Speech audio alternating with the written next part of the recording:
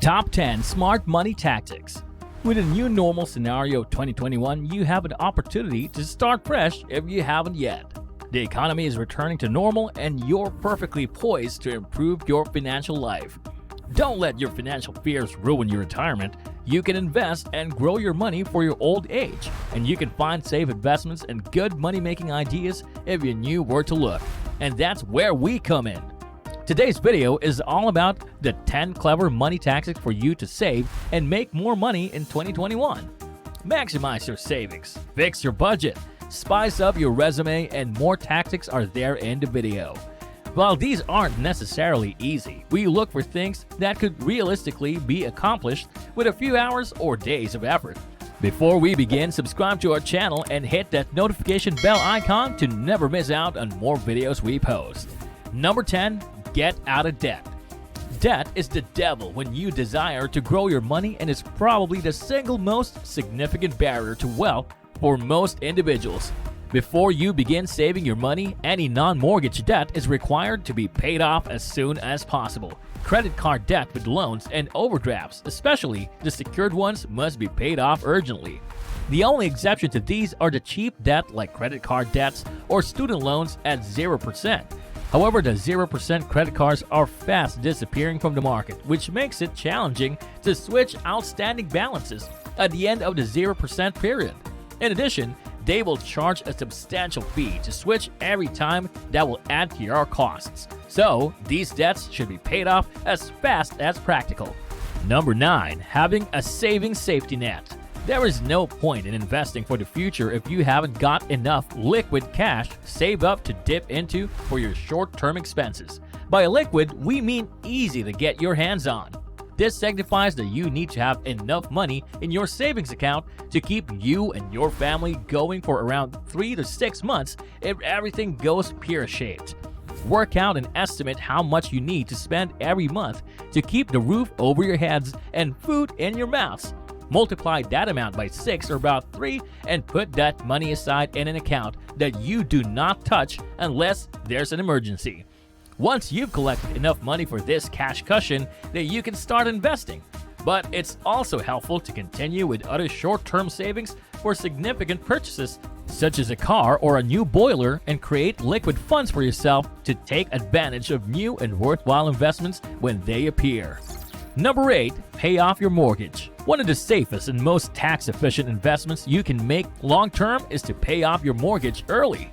Being mortgage-free gives you a tremendous amount of freedom, as usually so much of our pay goes into paying the mortgage that we find ourselves tied to a job we don't like just to pay the mortgage. By paying your mortgage early, you will attain freedom, especially if you're self-employed and create work each month to make the payments. Also, it is tax-free, and any money you overpay into your mortgage saves you the total amount of interest, unlike savings accounts that will tax you on the interest you pay. Besides, it is one of the safest investments you make. When you pay off your mortgage, you pay it off, and that's it. There is no uncertainty that will happen to your money. Once it's paid, you own your home outright. No longer does it belong to the bank manager. The mortgage companies hate it because they lose money. Number 7. Spread your bets. To be safe, you must spread your money across different asset classes, including shares, property, cash, bonds, and so on. Don't put all your eggs in one basket. Nothing in investing is certain. No one has a crystal ball, and no one can tell you what will happen in the future. No investment is as safe as houses. Not even houses are safe as houses. You cannot rely on anyone's asset class to create a nice pot of money from which you can receive a decent income later on. Number 6. Be regular. In saving and investing, it's a good idea to be regular. Even if you have only a tiny amount of money left over each month, in the long run, it's much better to set up a standing order from your bank account into an investment each month so that the money is put away before you even see it. Also, by putting money in at regular intervals, ideally once a month or once a quarter, you benefit from what is called pound cost averaging, which means you catch the ups and downs of a volatile investment like the stock market. In the long run, this smooths out to an average decent return. Number 5. Get informed. Managing your money is like eating healthily. You don't need to be a qualified nutritionist to know how to eat healthily, but you need to know basic facts about fruits and vegetables, vitamins, protein, minerals, etc. to work out a balanced and healthy diet. It's the same with managing your money. Again, you don't need to be a qualified financial advisor, but you do need to have some basic knowledge about how money works. So spend a little time each week reading the money pages in your weekend papers. They tend to have the most money articles, or you can prefer learning online. If we spent as much time researching financial matters as we research the next flat screen TV or which new smartphone we want, we would all be a lot richer. Number 4. Invest in cheap, simple products. It's possible to make sensible money in the stock market if you invest for the long term and make sure you only put your cash in simple products with low charges. The two main products that fall into this category are index tracking funds, also known as trackers, and exchange-traded funds or ETFs.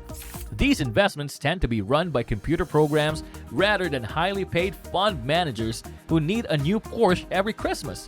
The programs simply track stock market indices or commodities like oil or sugar, or even whole countries like China, Brazil, or Russia. Warren Buffett, the most significant living investor, says that for ordinary people like you and me, our best bet, if we don't want to spend time reading company reports and working out the best individual companies to invest in, is to put regular amounts of money into index trackers and some ETFs and leave it there. Number 3. Cut down on the tax. Make sure you use all the tax-avoiding methods available each year. After all, why spend all the time and effort working for your pay and thinking through sensible investments just to lose a load of it in overpayment of taxes? That said, it's essential to look at the total net profit first and not just go for something because it's tax-free. Sometimes, even with the tax incentive, the rewards are still too low to deserve investment. Number 2, protect your family's money. If you have a family or other dependents, make sure you have enough life insurance to keep them going if you aren't around. This is one area where you mustn't scrimp. Make sure the mortgage will be paid and that they'll be supported if anything happens to you. Life insurance is such an important and potentially expensive product that you must get as much information about it as possible before signing on the dotted line. And at number 1, change your investments as you get older. Your investments need change as you get older. When you're in your 20s, 30s, 40s, and even 50s, you can afford to put money into riskier products that should give you good returns in the long run. As you get older, though, it's better to shift some of your money into more stable products that are safer but don't make so much money. Also, when it comes to about 5 years before you plan to retire, it's a good idea to lifestyle your investments and start moving your money from the more volatile growth products, shares, property, commodities, etc., to the more stable investments such as savings accounts, bonds, and gilts, so that you can capture the gains you have made over the years and keep it going even if you happen to retire just as markets are falling.